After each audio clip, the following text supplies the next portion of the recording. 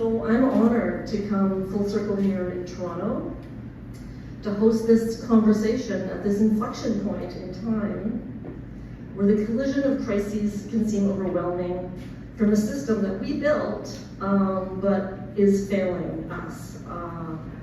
But I don't like to dwell on that, because when you want to change the world, you cannot be thinking too much about that. You have to continually be thinking of that North Star and about how we can build as human beings, as a community, as business leaders, as leaders of not-for-profits and social enterprises, as human beings, where the well-being of people and planet are the center of all the decisions that we make.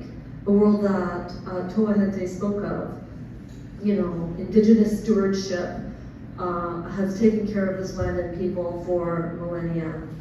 So we are very accustomed to government NGOs coming to a table to solve the problems created by our economic system, which is a take-make waste system that measures success through profit.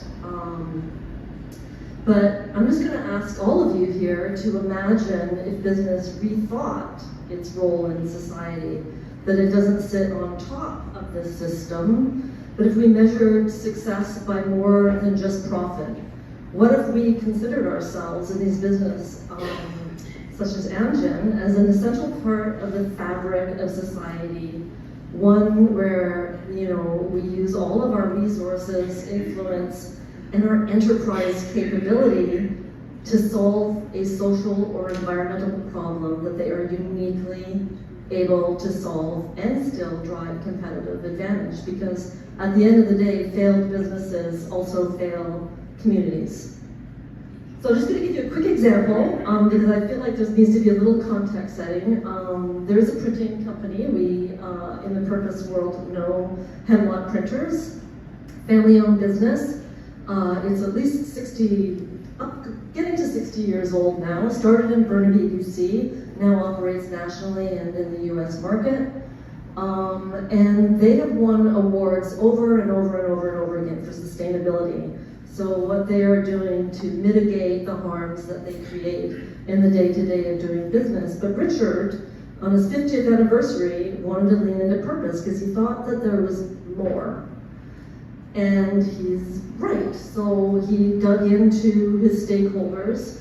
He reached back into why his father started the company, and he came up with a social purpose, which is a little too long, but so I'm just going to read part of it, but I think you'll get the gist, which is that they exist to inspire actions that safeguard the health of the world's forests. So their social purpose lands squarely on the issue of deforestation and on old growth forests. Can you imagine that if you use this social purpose that drives your business strategy and drives the day-to-day decisions within your business, how this is going to change how they talk about what they do, how they collaborate, and how they communicate, and the kinds of partnerships that they might be able to build. So imagine if through collaboration and innovation, this printer was able to influence everything, its customers, its supply chain, and its sector. So this is a world where you can start to imagine, right? Business leaders solving the world's problem profitably. One person, one business, all of its stakeholders driving transformational change for a better world. Imagine if through this North Star, this values-aligned strategy helps social enterprises gain clarity on their vision and mission. That social purpose as a guiding organizational strategy could be leveraged to drive clarity and innovation, all in the service of building stronger, more resilient, and sustainable organizations. So I think the desire to change the world, in fact, the people who do change the world, is led by those who really essentially question who they are and what they're doing and why they're doing it, and in the desire to do better. But I think at heart, really, they are empaths. They are empathetic because it's not just about them, it is about others. They're the doers, and in fact, I would say the visionaries who are carving a path forward to leveraging themselves and their organizations to create value, setting a beautiful North Star to competitively navigate our chaotic world and build value for people and planet. They understand their North Star clearly and really inspire others to join in that. That's who we have in this room with us today. And that's what's exciting, right? Because there are people doing this and there are these paths being put forward. So it's my honor and my pleasure to introduce Latha Sukumar, our host for today, as Executive Director of MCIS Language Solutions. Latha really was an early adopter. She just swam off that dock and said, let's do this. And from the early days, and has really been a leader in deeply embedding purpose in its governance structure and its organization for the last 4 years. I was going to read all her awards off, but there are too many, so I'm just going to send you to LinkedIn to see what all of the kinds of recognitions that she's received. So Latha, please come and join us up here. Thank you, Latha. Mike, you're next. So Mike McIsaac is the CEO of Baker Tilly Capital.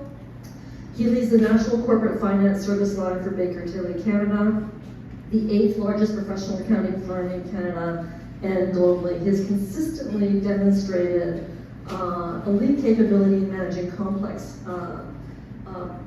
organizations, guiding high stakes decisions making and leading teams at scale. He's curious and exacting, especially when it comes to evaluating company strategies or market positioning. He's been recognized for his work as a visionary for implementing and embedding social purpose into how he does business and his personal and business commitment to be a force for good. So Mike, please join us up here. Last but not least, you're wondering what I'm going to say, right? Liz McBeth is the CEO of Armour Valve, a leader of a second-generation family business. She is the definition of a purpose-driven leader and is very committed to advancing sustainable infrastructure and creating positive outcomes for people, planet, and prosperity. As president of Armour Valve, she leads strategic initiatives to grow and strengthen Armour Valve's business with a long-term values-based lens. She is tenacious and determined to prove the business case for purpose and really is leading the way in so many ways as the other panelists are today. So come on up and join us, Liz. Okay. I have to grab my water, so I'm just going to come up here for a second. Should we move this? Yeah.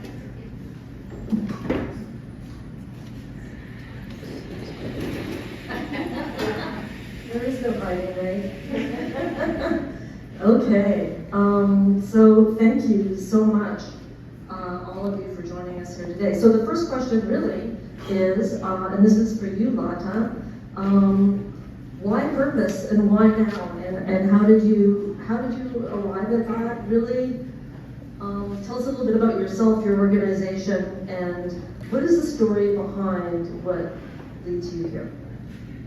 So it's a long story. I myself came from a background in law, and I also studied, did my master's in women's studies, and was interested in issues around patriarchy and domestic violence.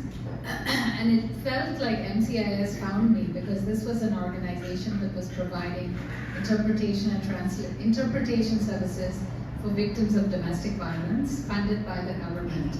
And I joined it as its executive director with one other staff person, actually 1.5.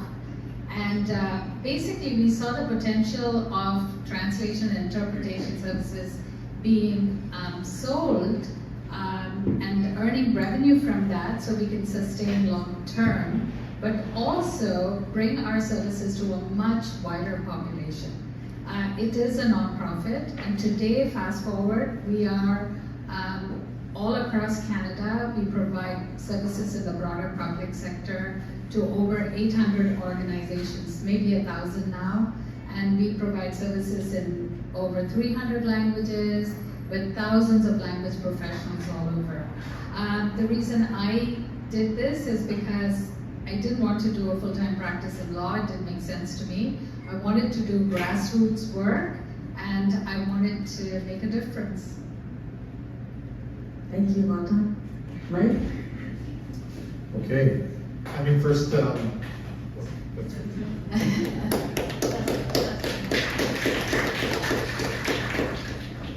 I mean, I don't think I can skip past that first video without saying something about truth and reconciliation. It's really, I don't think I've unpacked the words, but I would say that it's really great to hear a perspective like that when maybe everybody struggles with the words truth and reconciliation.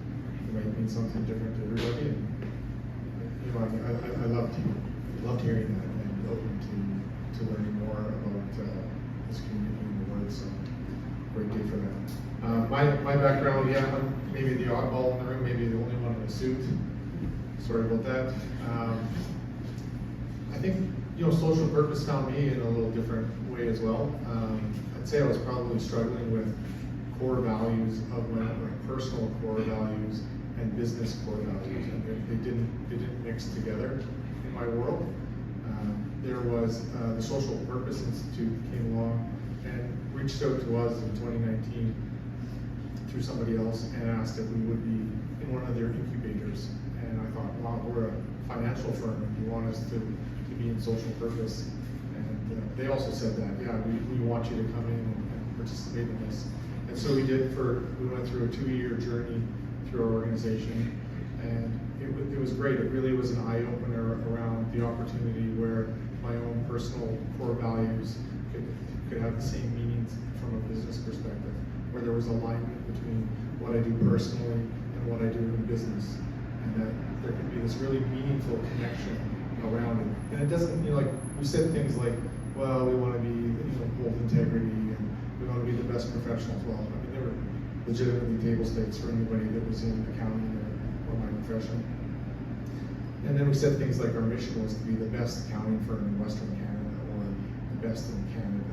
And it just didn't connect, right? There was nothing really in the soul that was ever going to connect with something like that.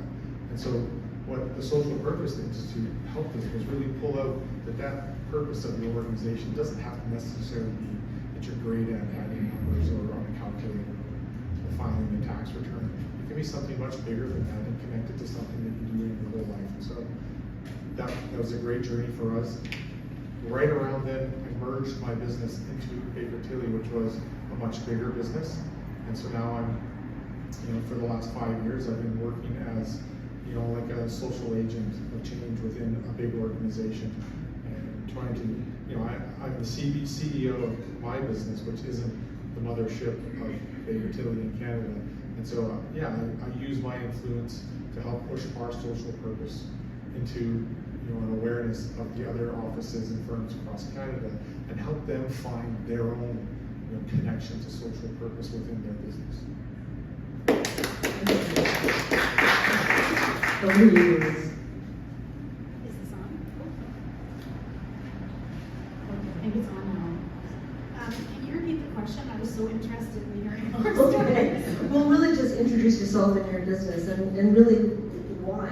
Like why, what brought you to this program? So I'm the second generation in our family business. We're celebrating 54 years of continuous family ownership. And I guess the through line here is that all of us found purpose through the Social Purpose Institute because we're all graduates of that amazing program. But I was having difficulty connecting with the business emotionally. I definitely connect with the family emotionally, but I had grown up very interested in things like CSR and environmental protection, and the business is an industrial valve distribution company. So a lot of our clients, while necessary, aren't doing all they can to make the world and the planet especially a better place for future generations. So I guess in discovering our purpose, what happened for me is I was able to engage emotionally with the business. I was able to really go back to the roots of why it was started in the first place, and then build off of that something that connected to my values personally as this next generation. It is a successful thing to have been in business for 54 years. There aren't too many new businesses that are enduring for that long, and I think the family ownership model is a very positive thing. But in order to continue it, my next generation, who's quite young right now, needs to be able to find his connection to what we do. And so our purpose is to transform infrastructure for a healthy, thriving planet, recognizing that we need industry, but we need them to do better. I skipped the part about purpose, and I just wanted to say something about that. So when COVID happened, we were an organization that was going from one RFP to another and just bidding on contracts. And we really were not just, we realized that we were more than a sum total of what services we delivered, and that we had to find our why. But we were scrambling, and then COVID happened, and we realized that a lot of people lived in isolation. They were not able to access food banks, they were not able to, reach out and get services, just because they couldn't communicate over the phone. So we then offered free services, and we realized that we do something really important here. And that's when we enrolled in your program, Serendipity. And I just want to give a shout out to Veronica, who's here, who was a very important part of that program as well. She's no longer at MCIS, but she contributed. And I just want to say, Tessa, that your introduction was so inspiring just now. And I know now why we really fell into the program and why it was so important for us to do the Implementers program as well. And I also want to, as Mike did, acknowledge today and how it really ties in with our purpose, which is, all of those children from the residential schools who disappeared, who went missing, who's, are survivors, and their families and communities. I think we need learning, we need empathy, and we also need reconciliation to advance towards that. And our purpose, which is to uphold the human right to be informed, heard, and understood, is about that. It's about listening and hearing and advancing and healing in that process. So I just wanted to add that. Thank you. That is going to bring us to the next question, which is, the first step to being a social purpose organization or leader is to decide to do that and what that connection is. But the next one is a bit more of a technical step, which is you have to uncover what your purpose is, and that builds the foundation of that organization. So I would just love to hear from you, a little bit of the work that you did around uncovering that, when you knew it was the right moment that you landed on it, and how you think it's changed how you show up at work. So I'm going to look at you, Mike. Elizabeth's looking at me like, oh. Yeah, if you don't know the Social Purpose Institute program, I believe it was 2 years. Sounds about right. And it's quite the educational journey to start with. And so, we weren't a big organization at the time. I think we had 10 or 12 people. But still, we needed to bring in enough of our team so that, because it's really, at the end of the day, it's about your people. It's about the employees and making sure that whatever we land on resonates with them. Otherwise, it just wouldn't be authentic. So, yeah, I think the journey was really educational, unpacking the difference between ESG and social purpose. It's only been 5 years, but I would say didn't know. And that's okay. This is about education and learning. So I'd say still, Coral Sandberg would probably still wrap, the knuckles about the difference, or of me trying to explain it, like the way she does. But Coral was, instrumental in talking to us about our purpose and mission statement. It took us quite a while to land on something that every word really had some special purpose in there. And she wouldn't let us get away with faking it or coming up short on what that was. jumping back and forth a lot. You know, you're talking about a business and trying to say that we exist. I think that was a struggle for me, like to say my business exists for something as a purpose rather than as a service. And so, you know, but aligning them. And so you don't know much about my business, but I help people buy, sell, and invest in other businesses. And so it's a transformative point when we're working with a group, and either you buy a business or you invest into one or you sell one, which really to me is probably the biggest transformation. Where you know, a family, can you imagine if you've owned a business in the family for 50, 40 years and it's sold. And sold could mean that it transitions to somebody else within the family or to a third party. And so there's a lot of emotion around that. But so the point where we work with people is around that transformation. We exist to help unlock the societal and economic value of business in transition. So maybe it doesn't sound like much, but really the point where that we get involved, you know, and what's meaningful to us is the education around what is social purpose for these businesses that probably have never thought about it. You know, everybody has a website, but they don't have a social purpose. Some people have core values, but it's not tied to their mission. And so our critical path that we landed on was around, that's what we're going to help other business owners unpack themselves. So our social purpose became helping them achieve theirs, documented and unpacked. So.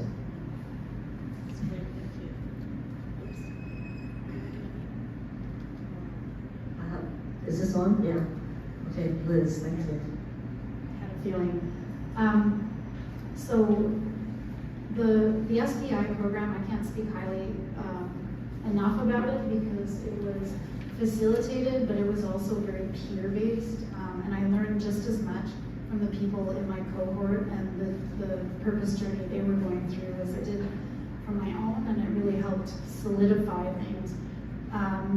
And discovering the purpose and landing on the right words in the right order was, it was challenging.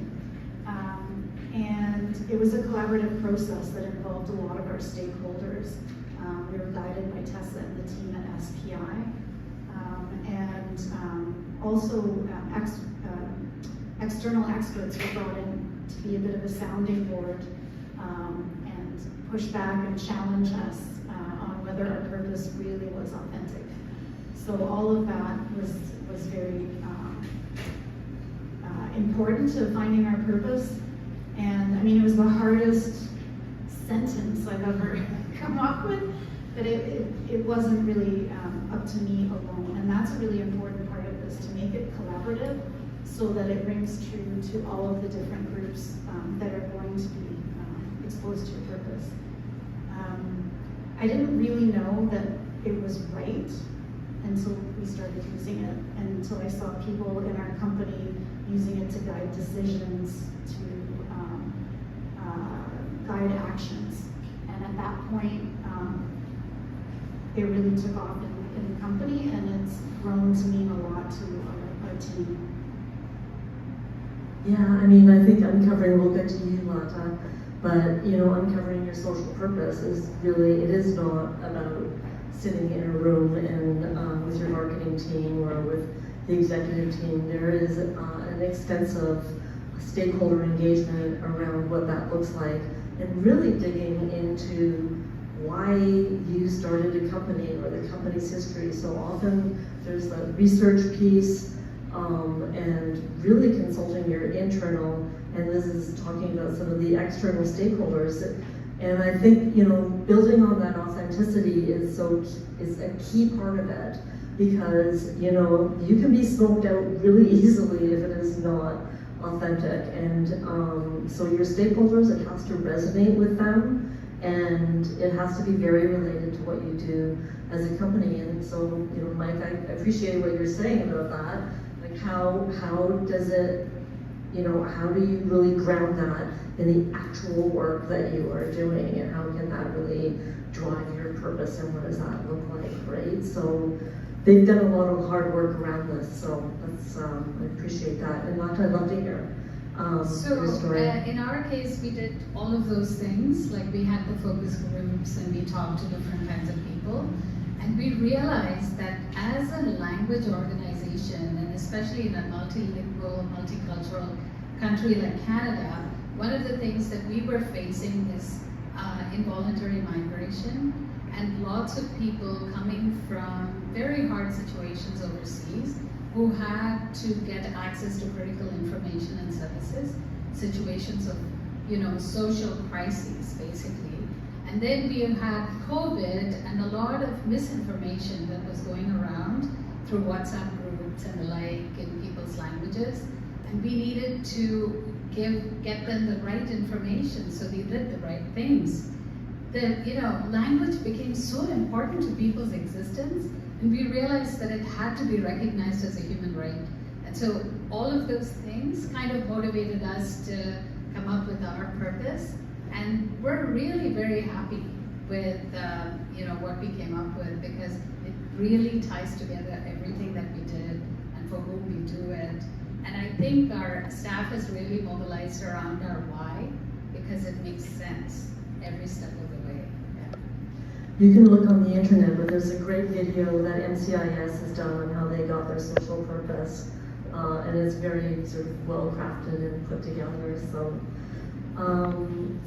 Mike, this is probably like 3 years ago or 4 years ago. That white paper that you did. And so 4 years ago, in the purpose verse, feels like a long time ago. I'd just love to know what was, you wanted to publish the business case and what that looked like. And I just would love to hear from you why that was important, why you did that, and Social Purpose Institute definitely pushed us to do something like that. If you think, was it only four, I think it's 4 years ago, there wasn't a whole lot of reference material out there for us to look at.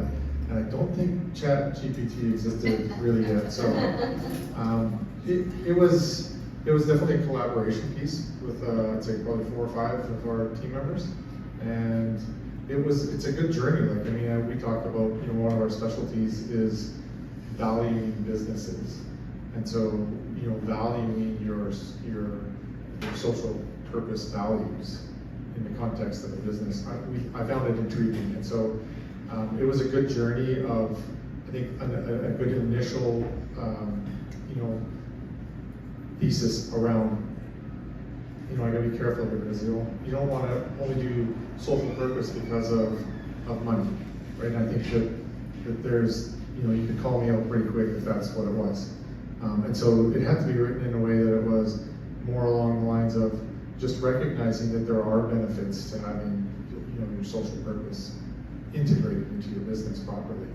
And that those benefits could be recognized in terms of dollars and cents as well.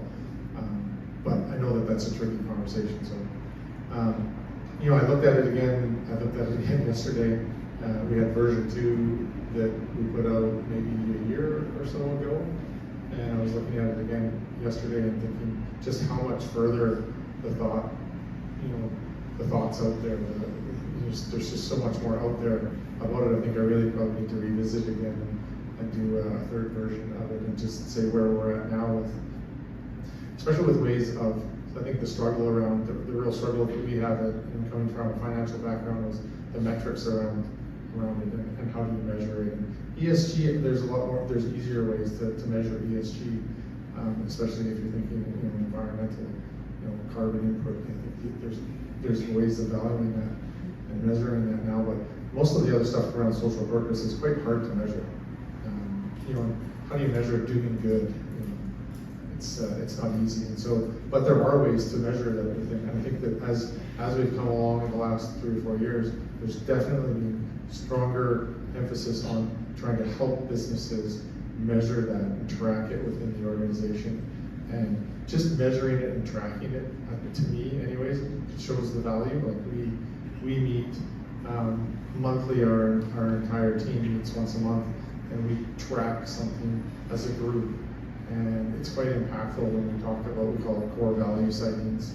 And so our core values are very tied to our purpose. And so when you ask somebody on your team just freely. Like, I'm not telling you to. It's just they know that every month we do this, and every month it surprises me how somebody else comes up to say something about somebody else that they've noticed that they're doing in line with a core value. There's no financial benefit to that, but it's really like, I think the employees really like it. We have a very high retention rate on our team, except for the young co-ops, they turn over quickly. But for the people that are professionals, I think that they've really come to like it, or we're just aligning around our core values and our purpose. So. But there is a monetary value to keeping people, in a sense, right? That attraction strategy, I think. There is, but we don't really measure. I don't know many businesses that really measure that.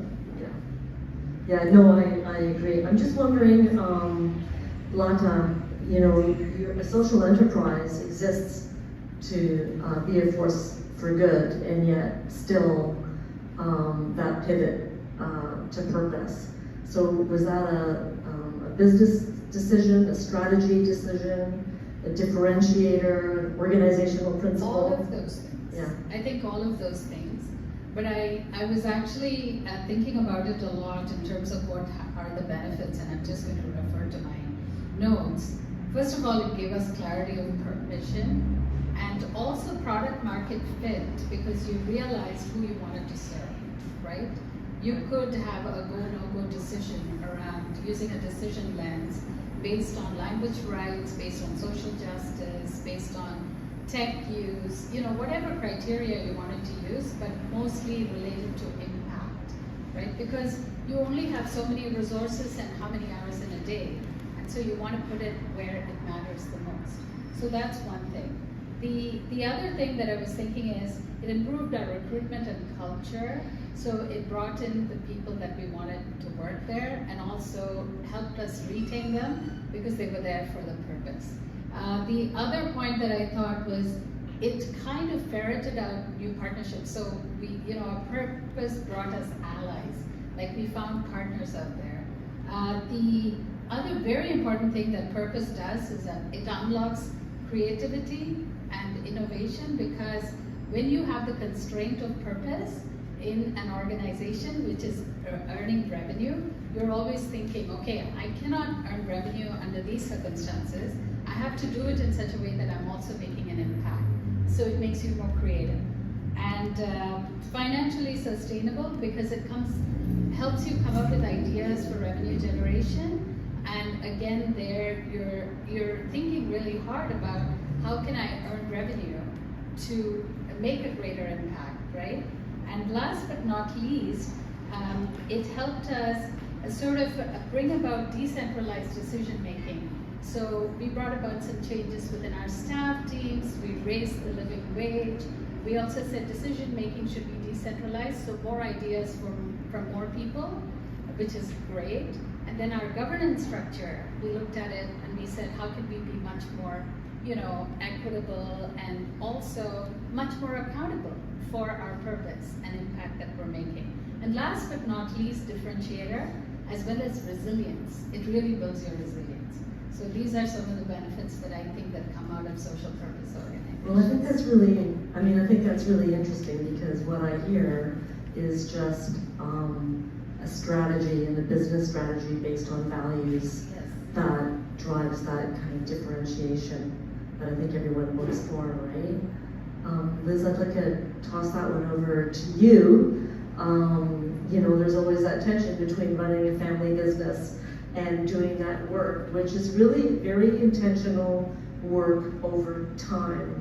And we all know that sometimes that can just fall by the wayside when things get kind of crazy in the world, which is almost all the time. So what is that stick-to-itness, and what is the tension between running your business and embedding purpose and meaning? So, as a small business, we don't have unlimited resources, including time, so it's really important to prioritize. And in our case, our customers are really large, major corporations, so we don't have a lot of power in those relationships. So what we decided to do was really transform ourselves from the inside out and become as close to being a model for a purpose-driven organization as we could be, so that we could serve as an example and influence that way. But also, to Latha's point, your collaborators kind of start to find you. So our purpose is now fully embedded in our business strategy.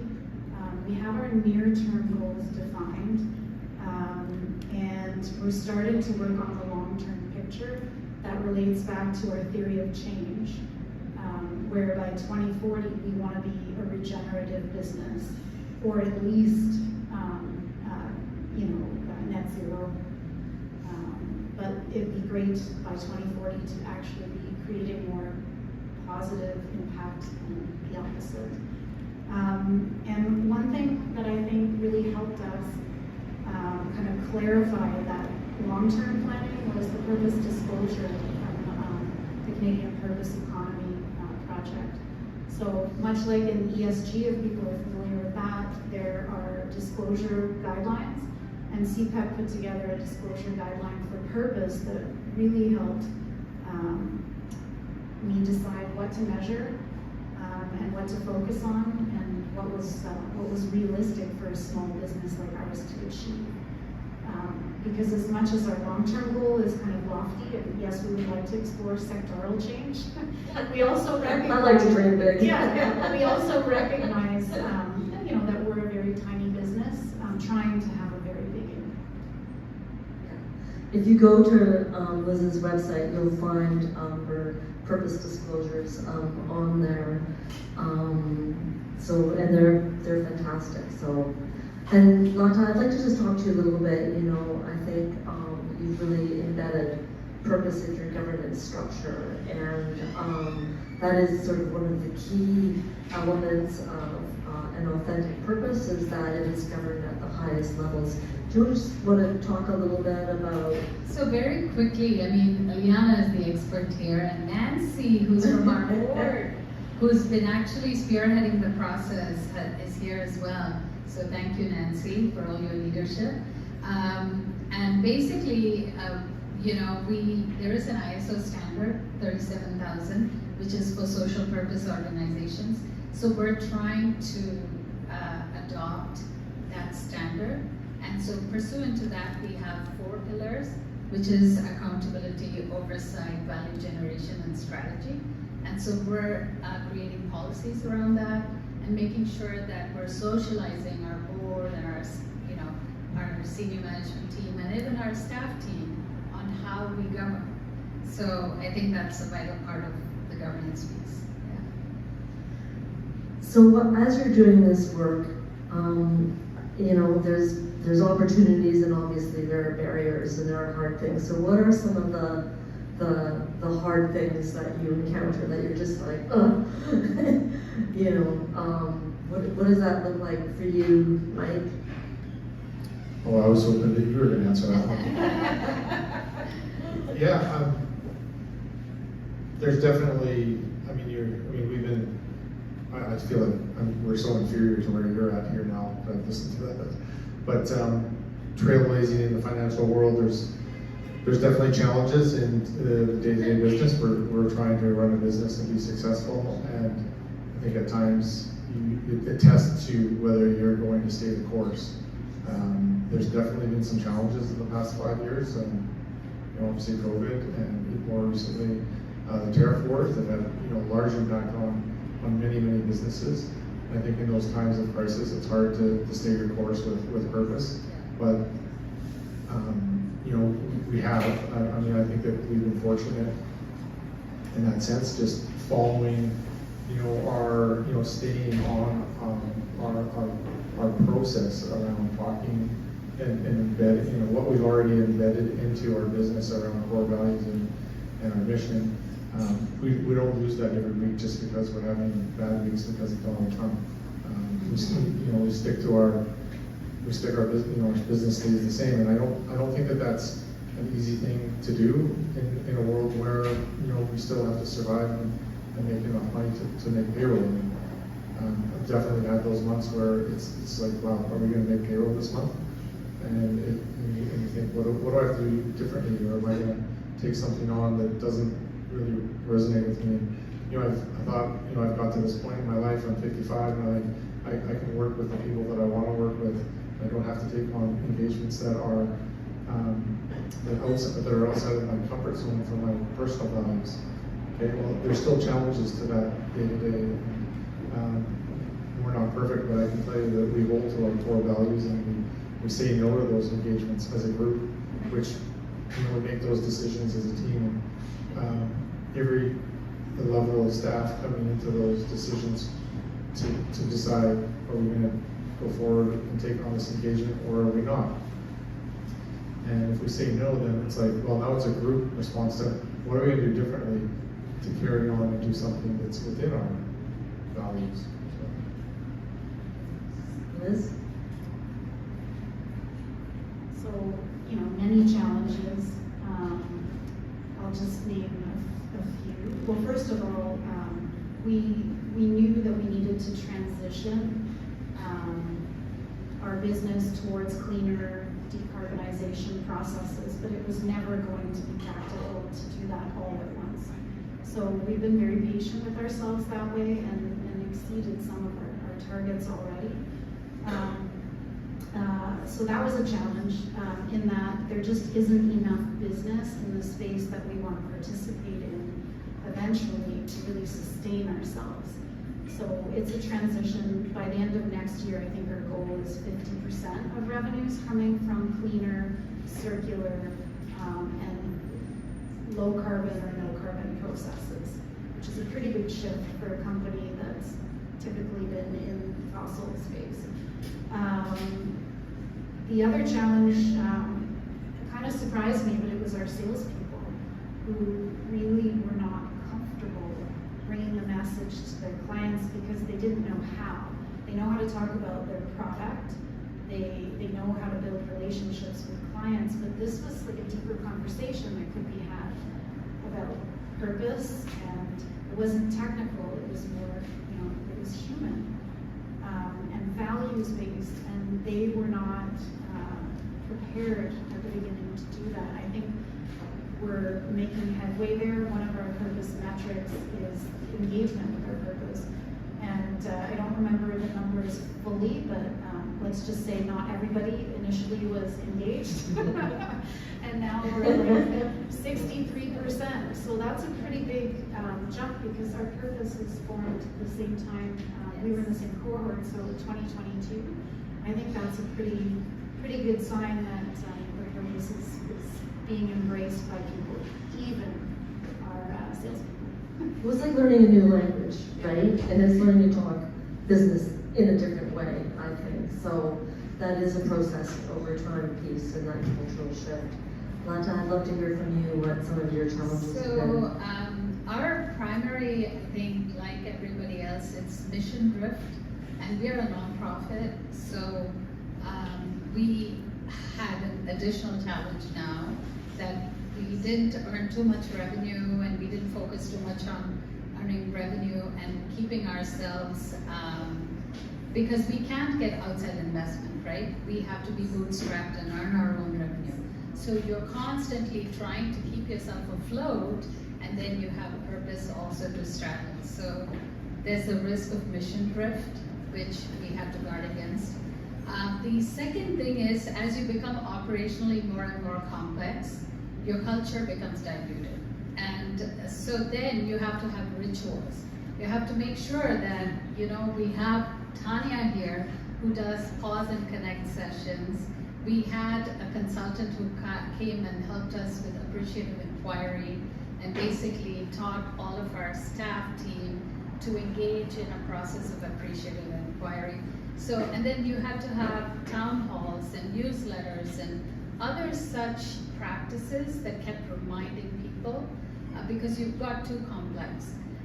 The third thing is, in our business, AI is hugely disrupting, and we have to ensure that we keep the human in AI, right? And so all of our services, we could easily go and start reselling AI platforms, but we don't want to do that. We want to make sure that our interpreters and translators are engaged. And last but not least, I think it's the whole idea of measuring. I think measuring is always a challenge. So what we have done is we pegged our metrics to the UN Sustainability Goals, and we've aligned about 3 of them, 3, 10, and 14, I think. So we've tied into them, and we are part of the UN Social Compact, and we publish a report, which is a requirement for them to be a member. So we do that. So those are some of the key challenges that we face. And the other thing is, of course, getting your staff online. I think what we do is tie performance metrics to both our financial as well as our purpose goals. So. Yeah, there's that whole internal infrastructure piece Yeah. that has to be operationalized, and communications is a big part of that as well, right? So I think we're coming to the end of our time. I'd just love to hear from each of you, just one takeaway for the people online and for the people who have joined us here today. Why are you in this game? How, and just thoughts about, just thoughts. Can I start? Yes. Okay. So I think it's important to have big goals and to want to see big changes happen.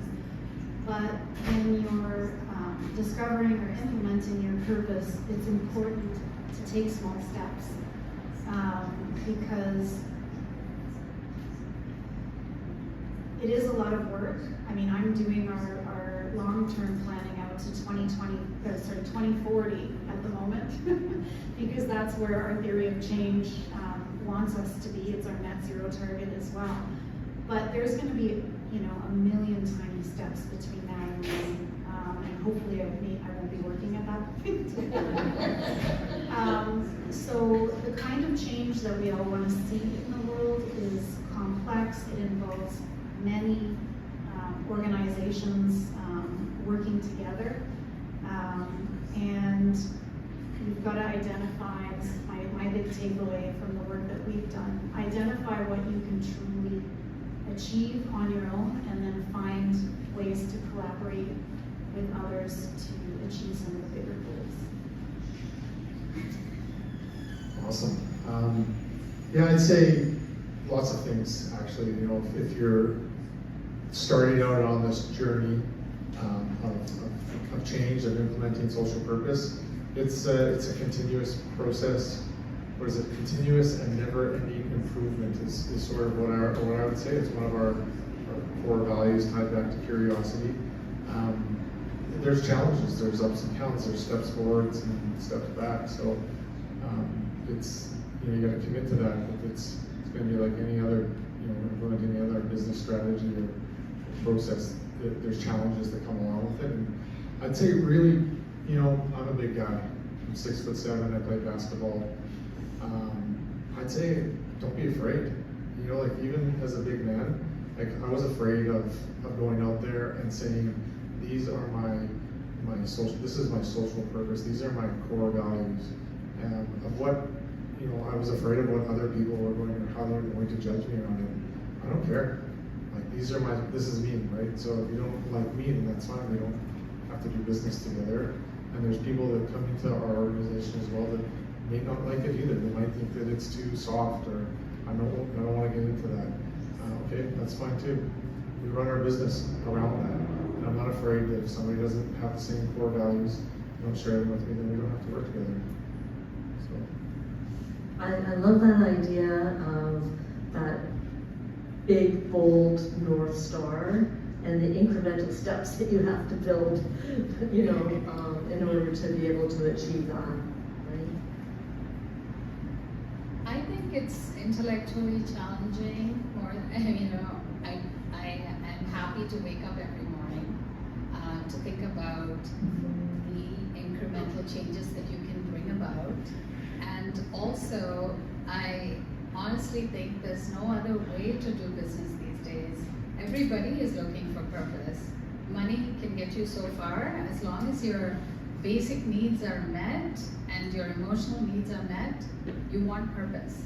And there's no other way to do business other than be purpose-driven. Yeah, I agree. Yeah, I agree. Thank you. Eliana, I'm gonna open it up for questions. Do we have any questions? Oh, Gord. I thought the conversation was great. The front end was all about the challenge to implement around purpose, and then it sort of moved in, I think, to what does it take to measure purpose business? And so, I could ask you a question like, could you talk maybe about some decisions that you're making today as a purpose-based business that maybe 5 years ago you would have made different decisions? Could you make it real on tariffs and other things like that? Is it Yeah, your it's the purpose is informing who we sell to, who we buy from, how we position our products. We're looking to add to our portfolio more solutions that mitigate emissions, like specifically that have positive environmental impact. We're also learning a lot, and I do think of myself as a purpose learner, not a purpose leader, because we're learning all the time. But there's so much innovation in the industrial space that's happening right now. Direct air capture, carbon sequestration, like there are all these new processes, and in my view, they can't evolve quickly enough for us, because that's where we want to be focusing our energy. And one other thing is, I think all of us, towards the end of last year, had a bit of a shock to our systems, because we've been living in a little bit of a bubble, and this second administration and how things are being turned on their head daily made me really lean into our purpose harder. I mean, I had to reflect on it. What are we going to do? What if the clients don't like us? What if Canada goes the same way? But your values don't change that dramatically just because of external circumstances. So I probably went off your question, but yeah. Does anyone else want to address that? Yeah, I mean, I'll hit the tariffs one. I'm certainly not anti-American at all, but careful with my words. What a great opportunity for Canada to really come back and see the core values that distinguish our nation from another nation in such a great way. And so I really think that we've looked internal, because it did stop my business for a few months. But we immediately started talking internally across provinces, reconnecting with our network in Europe, and I just thought, wow, there's people out there that really love Canadians, and Canadians really love Canadians, so this is a great thing, really. Sorry, if I can just add to that, it's really galvanized Canadians in a way that I think is positive, especially in our industry, to go and look for markets that are to the east and the west instead of to the south, and to not be so dependent. And the other thing that I think we need to do is keep our innovations in Canada and not be so quick to sell the value that we're generating here to American businesses. Latha, did you have anything you wanted to add to that? Just the thing about AI that I said that's disrupting our industry, we're very careful not to cannibalize what we're doing currently with humans, and blindly adopting and embracing AI. So that's one way in which we are bringing purpose to our conversations and to our decisions. Yeah. So that's one example, but there are many. And one of the things, for example, is we don't engage in price gouging. There's a lot of price compression in our industry, and so we don't bid if we have to go too low, because we won't be able to pay our contractors well. We'll have to lay off staff, do things that we don't want to do, right? And we want to pay people a decent wage and keep the standard of living of our people as well as we can keep them, and not compromise on that. Does that answer your question, Gordon? Great answer. Any other questions? Hi, Allison.